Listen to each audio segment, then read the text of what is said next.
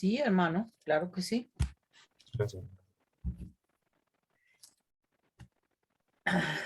Amado Padre, aquí estamos delante de ti para darte gracias por este tiempo que tenemos para aprender, para que tú nos bendigas también cuando escuchemos tu palabra a través de la Torá y para que toques nuestros corazones y para que abras nuestros ojos. Te pido, Abba, que hoy nos bendigas con una especial bendición de poder comprender a través de tu espíritu lo que tú quieres decirnos.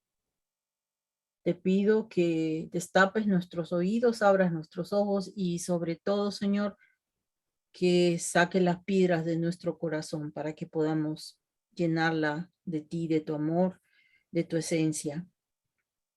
Te doy gracias por cada uno de los hermanos que están hoy aquí y te pido muy especialmente por el pastor que va a tocar el tema, por el hermano Rosero, para que lo bendigas y que seas tú hablando a través de él. Gracias por lo que hemos recibido hasta este momento de ti. Nos has acompañado a este momento, hemos llegado a este momento y haznos fructificar. Te lo pido en el nombre de nuestro amado Yeshua HaMashiach. Amén. Amén. Amén, hermana. Gracias. Vamos a hacer la oración por la Torá. Como vamos a ver algunos versos también, entonces ponemos esto delante del Eterno, que sea Ruach HaKodesh dirigiendo, poniendo palabra en mi boca y en sus corazones, que sea iluminando el Eterno nuestras vidas para conocimiento y crecimiento del cuerpo del Mashiach. Baruch atah Yahweh Elohim melech haolam, asher kideshanu misbotaj besivanu la asok bedibretora. Baruch atah Yahweh amelamed Torah leamo Israel. Beshem dado Yahshua HaMashiach, toda rabá, amén. Bendito eres tú, Yahweh, Elohim nuestro, Rey del cielo y de la tierra, que nos has dado tus preceptos y nos ordenaste encargarnos del estudio de la Torá. Bendito eres tú, Yahweh, que le enseñas la Torá a tu pueblo Israel. En el nombre grande y poderoso de nuestra Dios Yahshua Mashiach. Amén. Bueno, Baruch Hashem. El día de hoy, amados, espero que pongan un cafecito, tomen algo para que no les vaya a coger el sueño, porque hoy vamos a ver mucha información que es de interés para enrutarnos hasta el tema que va a ser al final, pues ir conectando todos los cabos y tener una idea amplia desde el principio de las cosas, ¿vale? Compartir entonces pantalla.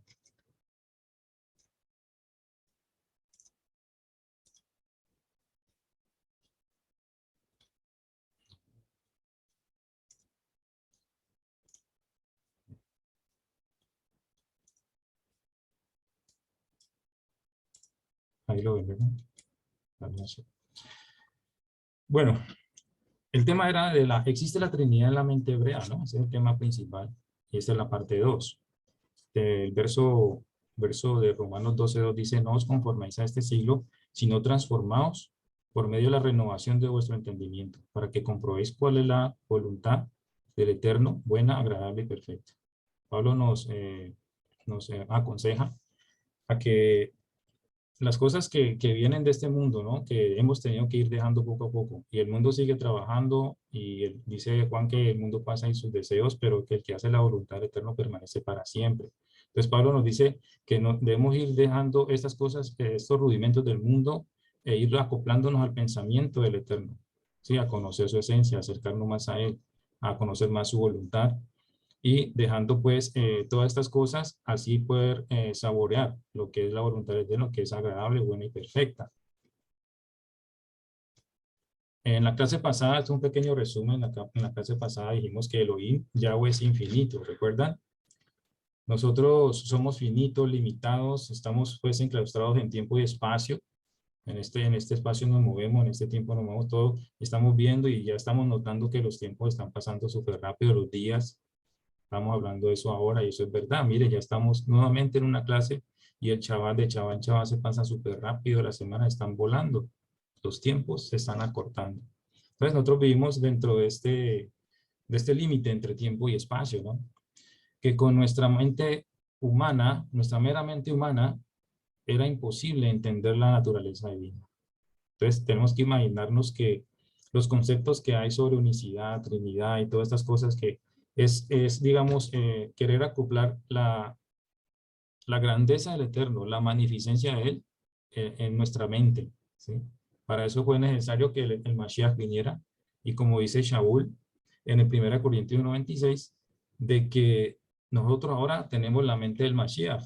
Primera de Corintios 2:16, ya lo habíamos leído la semana pasada. Dice, ¿por qué? ¿Quién conoció la mente del Adón? ¿Quién la instruirá? Mas nosotros tenemos la mente de Mashiach, Baruch Hashem.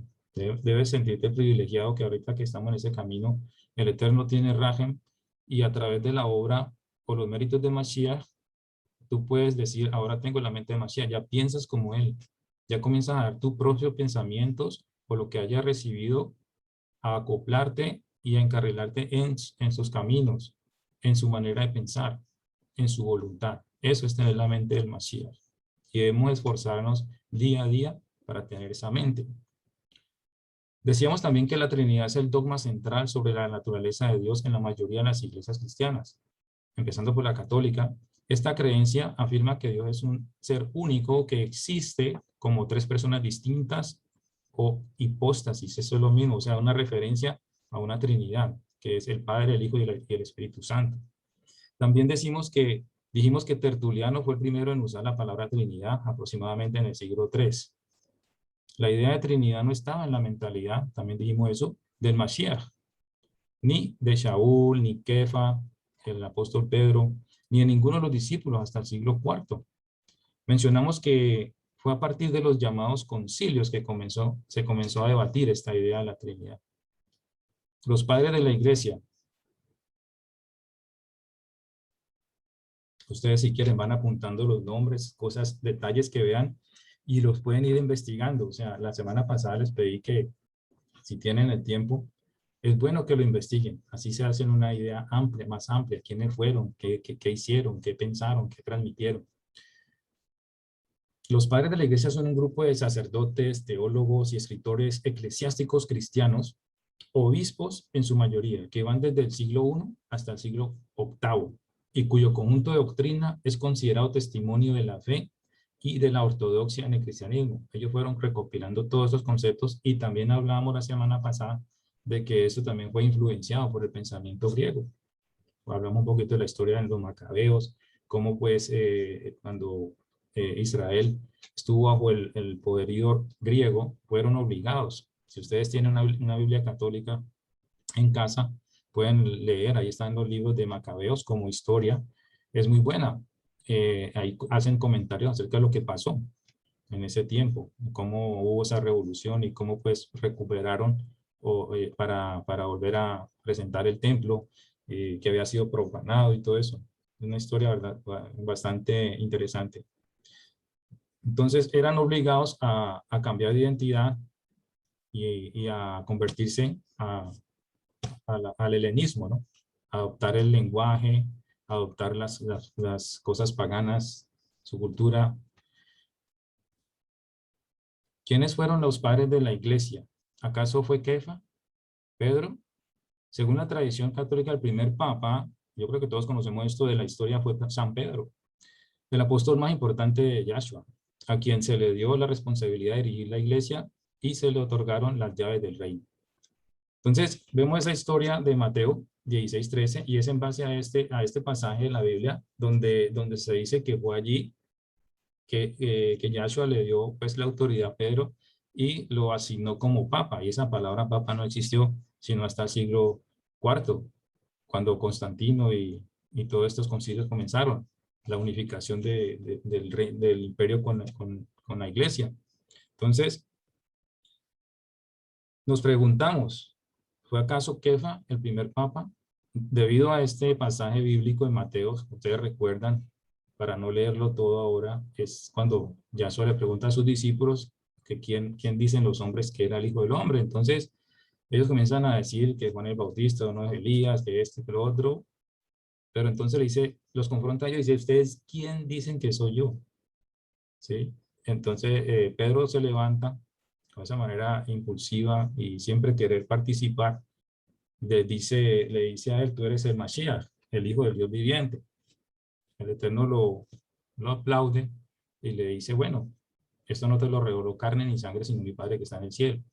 Entonces, ahí, en esa confesión que él hace, le dice pues que a ti te daré las llaves de la iglesia, las llaves del reino. Le dice, a ti te daré las llaves del reino, y entonces allí es donde se crea esa idea de que Pedro después es el primer papa, según la doctrina que se creó 4 siglos después. ¿Sí? Pero esa idea de papa o precursor de la iglesia, eso no estaba en la mentalidad de Eterno. Entonces, ¿qué fue lo que cuando él le dice, a ti te daré las llaves del reino? ¿Qué quiere decir eso? Ustedes recuerdan que en Hechos capítulo 2, del 14 al 39, es el primer discurso de Pedro. Esto fue cuando estaban celebrando la fiesta de Shavuot, la que conocemos como Pentecostés, el derramamiento del Espíritu Santo. Entonces, después de ese evento, Pedro se levanta y comienza a hablar. Allí, eso es como entregarle las llaves del reino para comenzar a llevar el mensaje. Y fue preciso en ese día en el que Pedro comienza a hablar del poder, de todo lo que pasó, y ahora son investidos de poder. Esa fue la promesa del Padre, que ya son antes de subir, él les dice, recibirán poder del cielo. Y esa promesa la había cuando uno estaba con ellos, de que recibirán al Ruach HaKodesh. ¿Sí? Se estaba celebrando la fiesta de Shavuot, que la vemos en capítulo 23 de Levítico, y se acopla con el derramamiento de Ruach HaKodesh. Entonces, esas son las llaves que de pronto interpretaron, ok, ahora Pedro, y conocemos chistes, conocemos todo ese tipo de cuentos, que cuando nos muramos, que vamos al cielo, entonces Pedro abre la puerta y siempre vamos a encontrar con Pedro ahí porque él es el que tiene las llaves del cielo, ¿no? Entonces, todas esas cosas fueron formando un concepto en nuestra mente, sin nosotros, digamos, entrar a discutir o a analizar si esto era verdad o no. O sea, así fue pasando de generación en generación. Padre de la Iglesia, Orígenes de Alejandría, hacia el 185, ¿sí? En Tiro, actual Líbano. Teólogo y padre de la Iglesia griega, fue proverbial entre sus contemporáneos su gran capacidad para el trabajo, al punto de recibir su sobrenombre de Adamantius, hombre de acero. Demetrio ordenó Orígenes por insubordinación, y lo acusó de haberse castrado él mismo y de haber enseñado que incluso Satanás eventualmente alcanzaría la salvación. O sea, estos padres de la iglesia fueron también declarados como herejes por la misma iglesia. Sus doctrinas iban en contra de lo que en ese tiempo se profesaba. Entonces, estos venían con una mente filosófica, todos estaban influenciados por la mente griega, Platón, más que todo, sobre la presencia del alma y muchas otras cosas.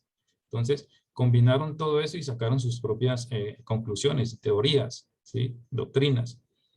Pero ¿qué pasa? Orígenes, se dice que Orígenes, él leyó y creyó literalmente el pasaje que dice acerca, si tu ojo te es ocasión de caer, córtalo. ¿Qué pasó con Orígenes? Que se creyó esto literalmente y entonces él se castra. Entonces imagínense la mentalidad, de ver de una manera, interpretarlo de manera literal las cosas. Es necesario tener entendimiento, tener esa sabiduría. Ahora estamos estudiando lo que es el Pardés, que es el sistema hebreo, judío, de la exégesis de la palabra, cómo entender la palabra, cuándo es un texto literal, cuándo está en parábola, cuándo está en metáfora, ¿sí? ¿Qué hay en ese algo secreto, qué hay más profundo en los textos? Hay que leer contextos también. Entonces, no se van sacando conclusiones de por sí. Bueno, los 4 padres orientales son también conocidos indistintamente como los 4 padres griegos o como los 4 padres de la iglesia, de rito griego, es decir, de la iglesia oriental al este de las iglesias católicas orientales. Entre estos está Atanasio de Alejandría, vivió entre ese periodo, Basilio el Grande, Gregorio Nacianceno y Juan Crisóstomo. Padres occidentales, entonces tenemos también los padres occidentales, Ambrosio de Milán, que vivió en ese periodo, compositor de grandes himnos y persona muy influyente. Si ustedes van a la historia de estos llamados padres de la iglesia, tienen un recorrido pero tremendo. Escribieron obras, estudiaron, eso, mejor dicho, eran dedicados. No había televisión, no había internet, no había teléfono móvil para que ellos estuvieran viendo Facebook, pasaran perdiendo el tiempo en lo que es la tecnología. No, esta gente estaba con su velita de noche y dele, estudie y saques todo eso. Esa gente, usted ve el currículum, fueron tremendos, entre comillas, pues, del trabajo que hicieron. No fue gente desocupada que llegó un momento a otro y no, se dedicaron a estudiar a lo que era y sacaron sus propias conclusiones, ¿no? Agustín de Hipona también en el periodo entre 354 y 430, figura cumbre de la historia cristiana y uno de los pensadores más importantes de la historia universal. Jerónimo, otro pensador, insigne cultivador de la historia y la Sagrada Escritura, nos dejó su célebre Vulgata. Yo sé que habíamos conocido el nombre de la Vulgata, la Biblia traducida directamente del hebreo y del griego al latín. Y al Papa Gregorio Magno, entre el periodo de 540 al 604. Los concilios, ¿qué son y cuántos son? Vamos a hablar un poquito acerca de los concilios. Han habido en el transcurso de la historia católica 21 concilios ecuménicos. Esto de ecuménico sabemos que es de que se acepta de todo pensamiento, ¿sí? Se reúne todo pensamiento de iglesia y hay una mezcolancia en la cuestión ecuménica, ¿sí? Es como pública. Citados son los reconocidos por la Iglesia Católica. El Concilio del Latín Concilium es una reunión, una asamblea de autoridades religiosas, obispos, sobreedores y otros eclesiásticos efectuada en la Iglesia Católica, en la Iglesia Ortodoxa y en algunas iglesias protestantes evangélicas. Los concilios ecuménicos de la Iglesia, ecuménicos de la Iglesia Antigua, Nicea I, entre esos están los más conocidos, Nicea I, Constantinopla I, Efeso, Calcedonia, Constantinopla II, Constantinopla III, Nicea III, Constantinopla IV. Destacándose Nicea, una ciudad oriental, en el año 325 después de Mashiach, fue la sede del primer verdadero concilio ecuménico reconocido por todas las iglesias. Se dividen en dos grupos también, los griegos y latinos, según hayan tenido lugar en Oriente u Occidente.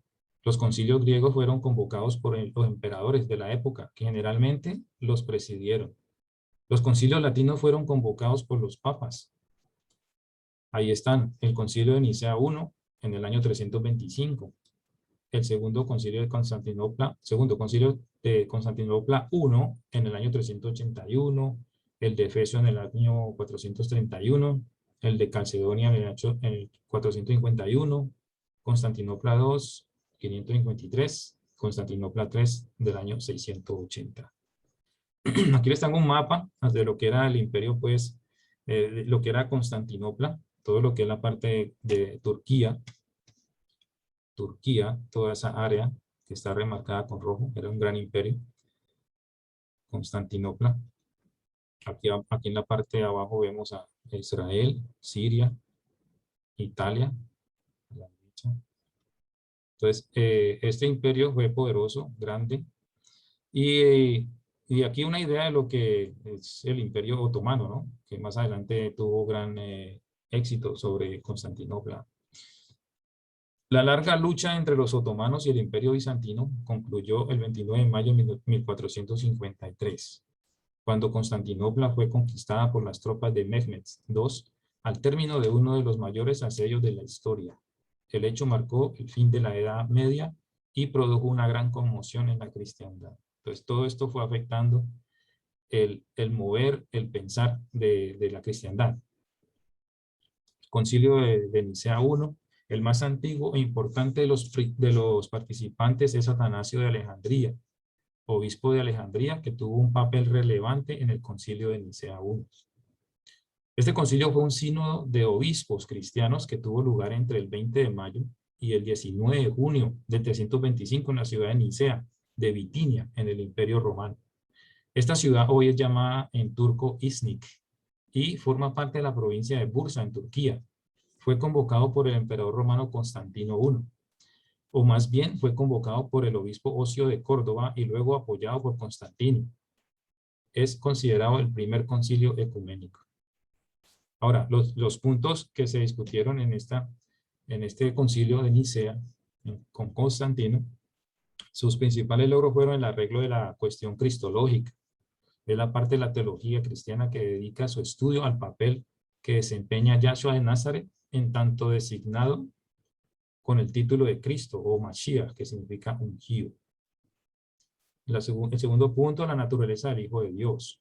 Hijo de Dios es un concepto teológico utilizado en las religiones judía y cristiana para designar a una persona que tiene una relación directa e íntima con la divinidad.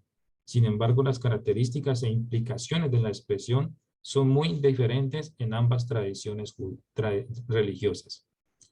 El tercer punto, el Dios el Padre. Se dice para la mayoría de las denominaciones cristianas, la primera de las tres personas de la Santísima Trinidad. El catolicismo define así a Dios Padre. La Trinidad es todo. Nada está fuera de Él y todo está dentro de Él.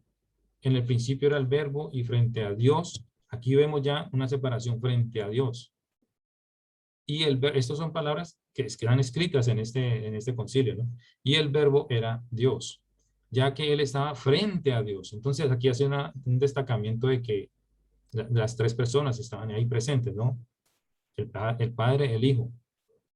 Por eso los artistas católicos, en su mayoría, los grandes artistas, Michelangelo y todos estos que hicieron imágenes religiosas, hacían la imagen de Dios Padre como la de un hombre de barbas y cabellos blancos, vestido a menudo con una enorme túnica blanca, así como también se dimensiona el tamaño de su figura, suponiendo que se trata de una figura antropomórfica gigantesca, dueño y señor del cielo y de la tierra y de todo lo visible e invisible.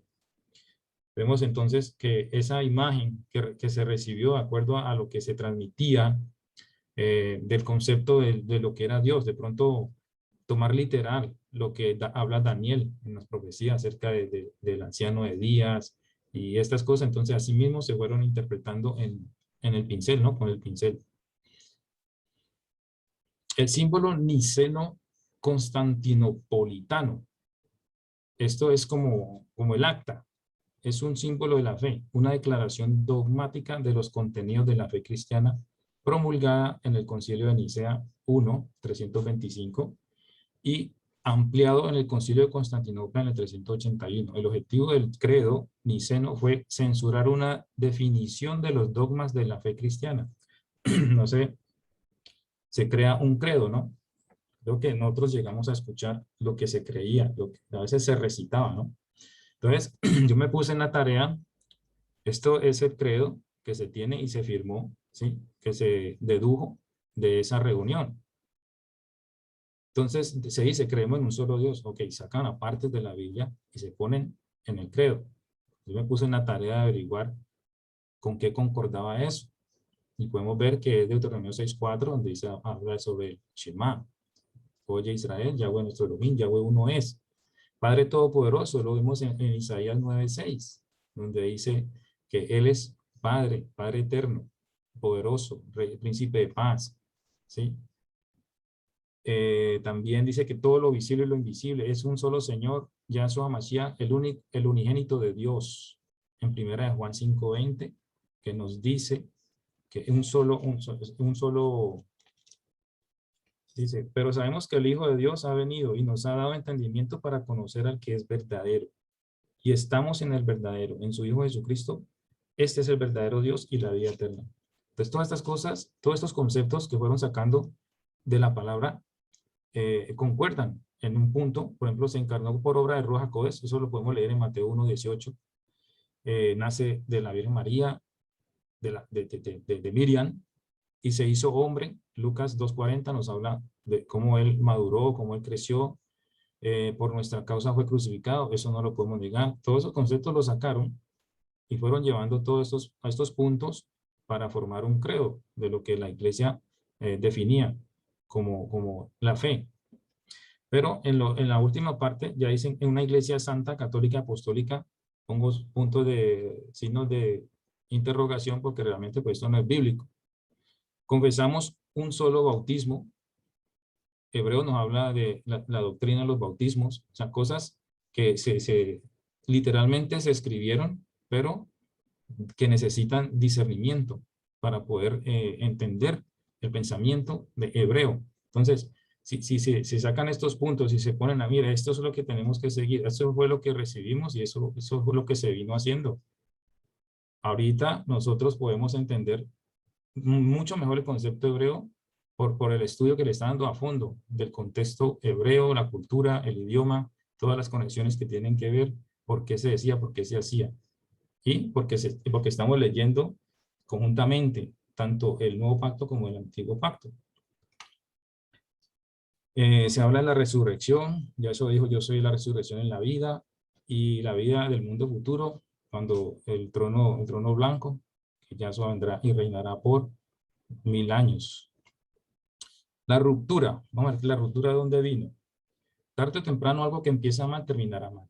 Después de muchos siglos se comienza a desmoronar la potencia del catolicismo romano, con varios sucesos que han marcado la historia del mismo, ¿no? La reforma luterana. ¿Cuántos no han oído de Lutero? Lutero, dice el reformador. Veamos el problema de la ruptura, una mirada a la imagen de Lutero y la destrucción de la unidad. A fines de la Edad Media, en Europa, se dio un proceso que generó una ruptura y nuevos cambios en la sociedad. El tiempo no se detiene. Confluyen nuevas ideas y pensamientos que establecen miradas distintas en las personas. La reforma de Lutero significó un gran cambio para el mundo tardo medieval, sobre todo en el ámbito religioso, donde realmente surgió el conflicto. Vamos a ir mirando detalladamente qué pasó. Europa se hallaba en un proceso de transformaciones. Estamos hablando de la Edad Media, lo que empezó a generar un nuevo tipo de relaciones en lo político, económico, social y religioso. La ruptura principalmente se concibe por los conflictos que empieza a tener la Iglesia Católica Romana en su estructura interna. Ya en el siglo XIV, con el traslado del Papa a Aviñón, eso es un sector allá en Francia, está Lyon arriba, eso es en el suroeste, ¿sí? Suroeste, está Lyon, está Marsella, el otro Mónaco, en la parte sur. Entonces, es trasladado, se produce el cisma de Occidente, donde notamos que el Papa disminuye su autoridad y el poder. El gran cisma de Occidente, así se conoce, y a menudo llamado cisma de Aviñón, hace referencia a la división que se produjo en la Iglesia Católica en el periodo comprendido entre los 1378 y 1417, cuando 2 obispos y a partir de 1410, incluso 3 obispos se disputaron la autoridad pontificia. Ustedes ven cómo esto tiene un paralelo con lo que sucedía en los tiempos de Yahshua, ¿no? El sistema religioso está completamente corrupto, también manipulado por los imperios. Y no es nada raro ver que 14 siglos después estamos viendo lo mismo, la misma corrupción, porque el enemigo no descansa, el enemigo se inmiscuye y se mete en todas áreas donde se le abren las puertas. Y de esta misma manera comenzó a deteriorar a este poder. Baruch Hashem. Surge Lutero como principal exponente de la reforma. Lutero busca una religión más pura, entre comillas. Si ahora nosotros podemos entender, pero ese es el concepto que se da, ¿no? Querer arreglar algunas cosas que no estaba de acuerdo. Para Lutero el hombre es justificado por la fe. No se salva por sus esfuerzos, sino que Dios lo hace justo solo por su gracia. Él tomó el texto, dice que él tomó el texto de Romanos capítulo 1, versos 16, 17. Vamos a buscar un momentico.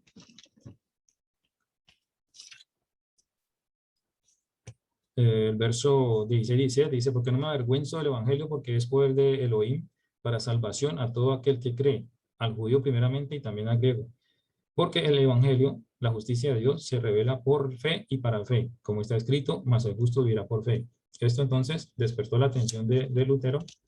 ¿Por qué? Porque Lutero estaba en su cuartel y él escuchó a alguien que comenzó a vocear en las calles con una caja pidiendo que si se le daba un chelín, las personas podían ser redimidas hasta 5000 años en el purgatorio.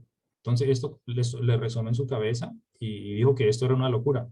Entonces ahí comenzó esta gran reforma. Esto fue lo que inquietó a este hombre para decir, e irse en contra pues del papado y todo el sistema religioso. Para Lutero el hombre es justificado por la fe.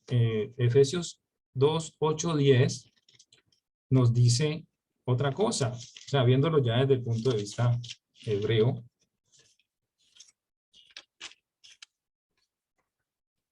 Dice que las obras no son necesarias, solamente la fe. Pero Pablo nos escribe en Efesios, dice que por gracia sois salvos por medio de la fe. Esto es verdad. Y no de vosotros, pues es don de Dios. No por obras, para que nadie se gloríe. O sea, en el contexto de obras, no hay nada que tú puedas hacer para ganar tu salvación. ¿Sí? No hay nada que puedas aportar a la gran obra que hizo el Eterno en el madero. A eso se refiere Pablo a cuestión de obras, tus esfuerzos o que puedas comprar tu salvación con obras tuyas, las cuales Dios preparó, no, perdón, en el verso 1 dice, no por obras, para que nadie se gloríe, porque somos hechura suya y creados en Mashiach Yahshua para buenas obras, las cuales Dios preparó de antemano para que anduviésemos en ellas. Lo que se refiere aquí entonces son las obras de la Torá. O sea, el obedecer la Torá nos va a llevar a hacer buenas obras. ¿Sí? No obras de nuestras propias fuerzas para gloriar a nosotros. Si yo conseguí, lo vimos en la paracha pasada. Por favor, cierre su micrófono. Lo vimos en la paracha pasada, que no vayas a pensar en tu corazón de que por mis propias fuerzas yo conseguí, porque Él es el que da el poder para hacer riquezas. El Eterno lo estábamos viendo. Entonces, que no se enorgullezca nuestro corazón por lo que tengamos, por lo que adquiramos, lo que alcancemos, y nos olvidemos de Él. Entonces, aquí dice que no nos jactemos porque hagamos cosas y de esta manera vamos a conseguir digamos, el beneficio del Eterno, sino el hacer las obras, pero de la Torá, que Él preparó de antemano. Este preparar de antemano se refiere a que Él nos dio la Torá para que vivamos por ella, ¿no? Entonces, ¿qué importancia tenía que el hombre se pudiera salvar tan solo por la gracia y no por sus obras? Uno de los principales problemas de la época se remitía a las indulgencias que otorgaban el perdón de los pecados a través de la confesión, las oraciones y la limosna. O sea, comenzó a convertirse en un negocio, si es que ya no lo había, pues. Ustedes vieron por qué el Eterno se enojó cuando entró al templo y vio a todos los cambistas y todo lo que vendían en el templo, los ganados, palomas y todas esas cosas, que lo llenó a él de celo.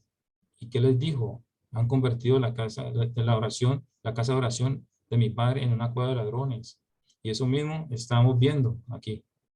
Si es que no, a través de los siglos se había hecho lo mismo, pero hasta ahora se destapaba, digamos, la olla podrida. Entonces eso fue lo que llevó lo de cobrar por perdón de pecados. El problema concreto era la venta de dichas remisiones de las penas causadas por el pecado. Eso se está viendo aún en estos días. Cobran por una cosa, cobran por otra, ya te cobran por los milagros. Si das más dinero, lo estamos viendo en los ministerios de prosperidad, ¿no? Los famosos ministerios de prosperidad, que te venden los milagros. Entre más des, el Eterno va a estar mucho más feliz o vas a recibir lo mismo y 7 veces más.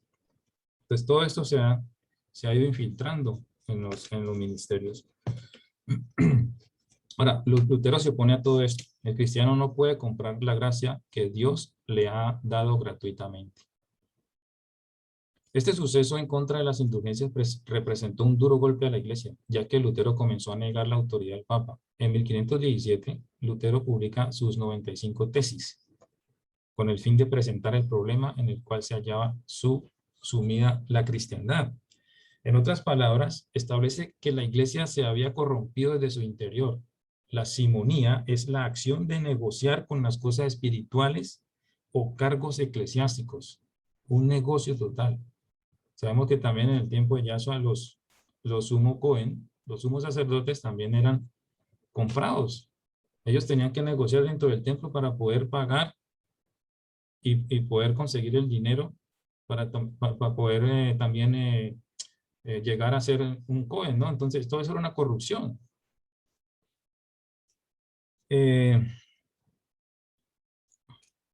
La sismonía, el creciente capricho dominante en la curia, los abusos de castigos espirituales, la compra y venta de puestos eclesiásticos en la curia, las múltiples faltas de espiritualidad y moralidad, y los impuestos eclesiásticos.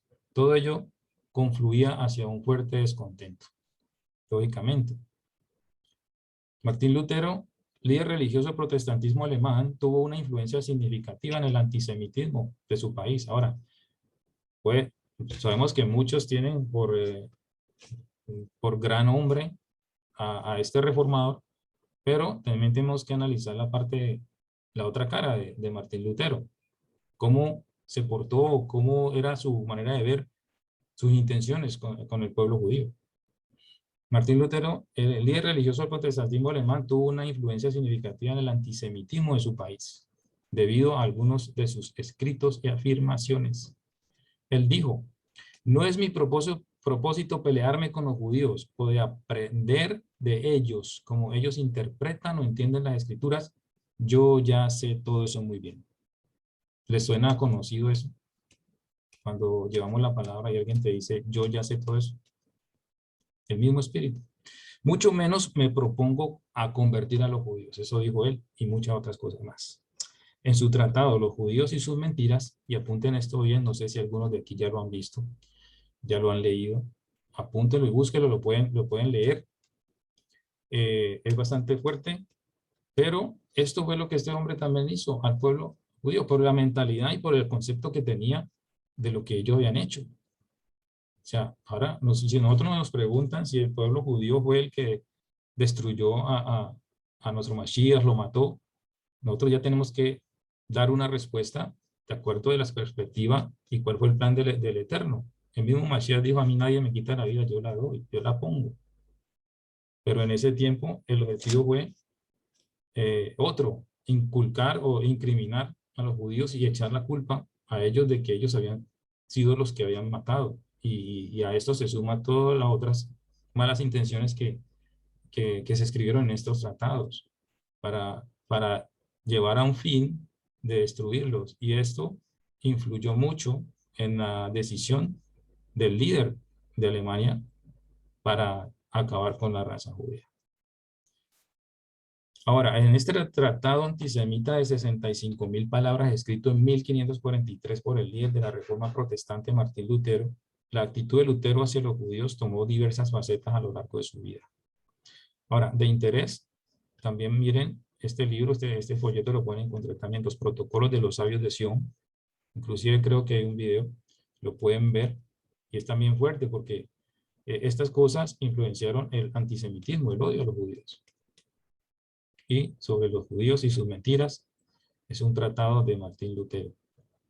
Muchos lo tienen por héroe, pero realmente tiene otra cara. El motivo de tanta denominación, amados. Esto desata el motivo de tanta denominación. ¿Por qué? ¿Qué pasó? ¿Qué hizo Martín Lutero? Él fue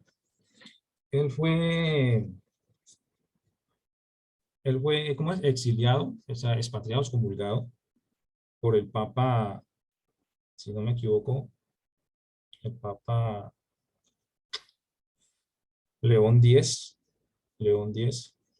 Entonces, a él lo reúnen y le hacen una reunión con obispos al lado y lado y le preguntan, le dicen que se retracte de esas cosas. Y entonces, él muestra la Biblia y dice, si de las cosas que yo he dicho en los 95 tesis contrarían lo que dice la Biblia, que alguien lo diga. De todos modos, él se escapó de que lo mataran y él logra huir. Comenzó a traducir la Biblia al alemán, lo que permitió que muchas personas, y subrayo aquí muchas personas, pudiesen acceder a la Sagrada Escritura y establecer sus propios juicios y lecturas en torno a los pasajes bíblicos. Pongan mucha atención en esto. Muchas personas, aquí no se habla, digamos, gente seleccionada, sino que se abrió al público el conocimiento de las escrituras, lo que era imposible hacer, mientras el papado y la iglesia tenía el poder sobre las Biblias. Entonces, con él surge esto, se comienza a traducir y la gente puede interpretar a sus propios juicios y lecturas en torno a los pasajes bíblicos. Entonces, allí viene la variedad, ustedes pueden imaginar. Si ponemos un texto a que la gente lo interprete como quiera o como lo piense, entonces vamos a tener muchas ideas. Y eso es lo que ha pasado a través de los siglos. Se abrió la Biblia al público y cada uno comenzó a tomar su denominación, a formar su grupo, y esto comenzó a afectar hasta nuestros días. También se habla de Juan Calvino. Juan Calvino nació en Noyon el 10 de julio del 1509, Cantón de Ginebra, 27 de mayo de 1564. Murió. Bautizado con el nombre de Jehan Calvin, latinizado como Calvinus. Fue un teólogo francés, considerado como uno de los autores y gestores de la Reforma protestante, además de haber creado la Biblia de Ginebra francesa en 1564. Juan Calvino. Juan Calvino y sus ideas. Entre estas se destaca la doctrina de la predestinación. Según Calvino, mire, ya tenemos otro pensador también en contra del papado, pero con otra idea. Dios ha decidido de antemano quiénes se salvarán y quiénes no. Con independencia de su comportamiento en la vida, el hombre se salva si ha sido elegido para ese destino por Dios.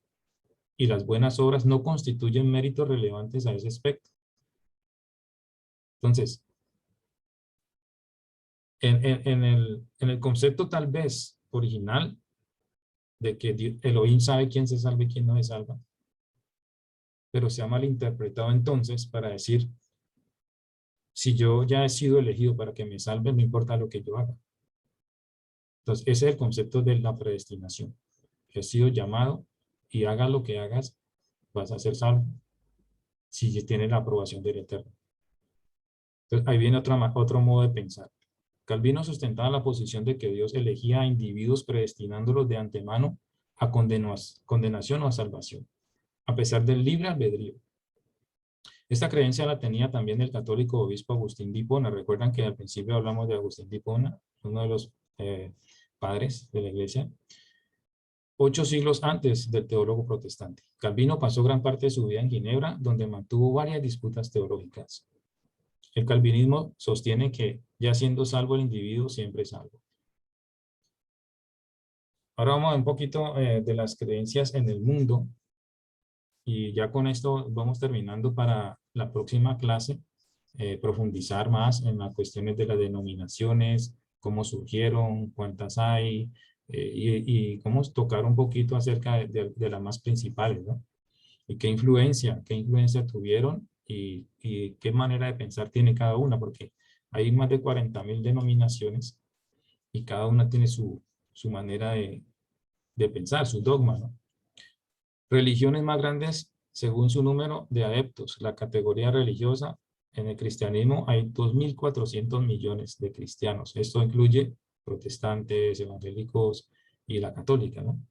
El Islam con 1.900 millones sobre el Islam y sigue creciendo. Sin religión hay 1.200 millones de personas.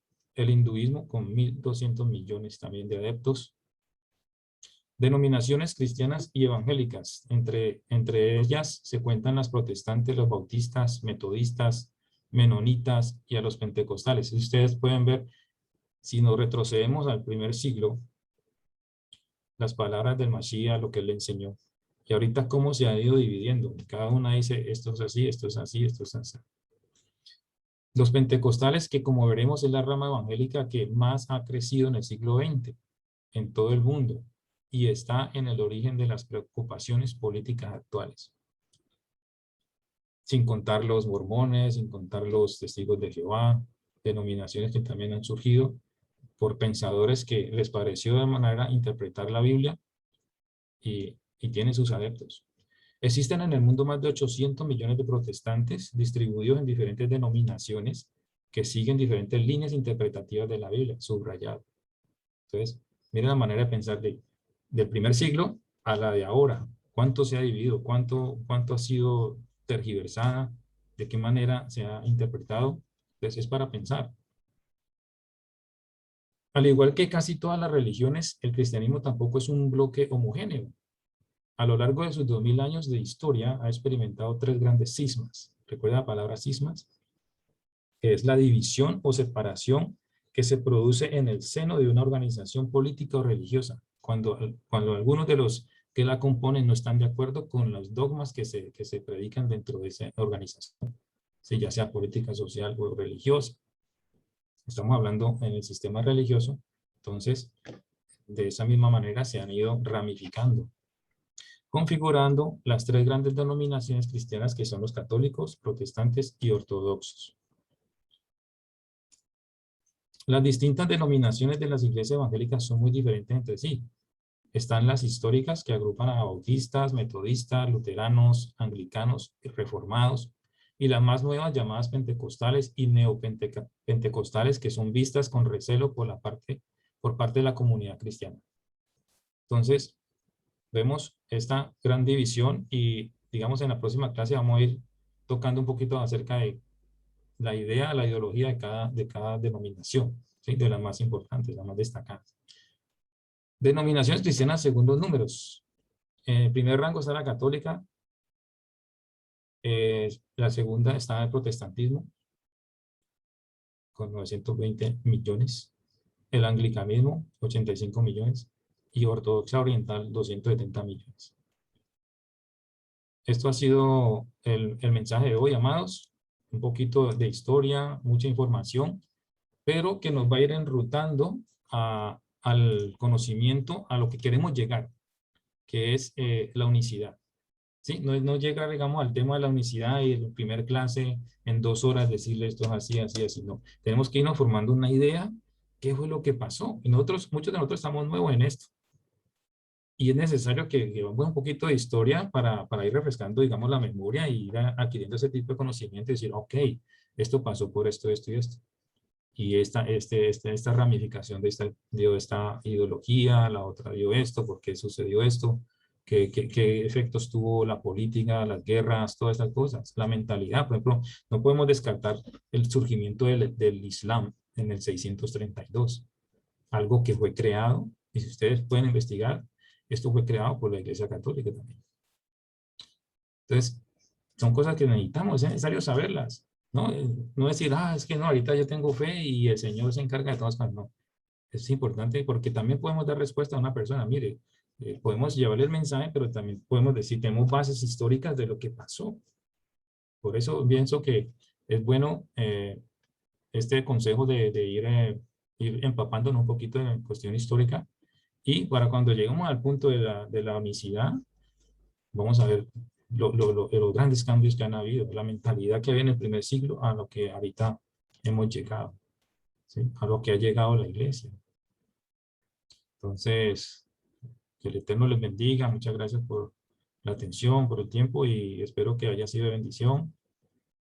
Y bueno, si hay preguntas, si hay alguna opinión, con mucho gusto, hermanos. Gustavo, una preguntita. Yo estuve tomándole algunas foticos a las hojas que usted iba poniendo ahí al material. Sí.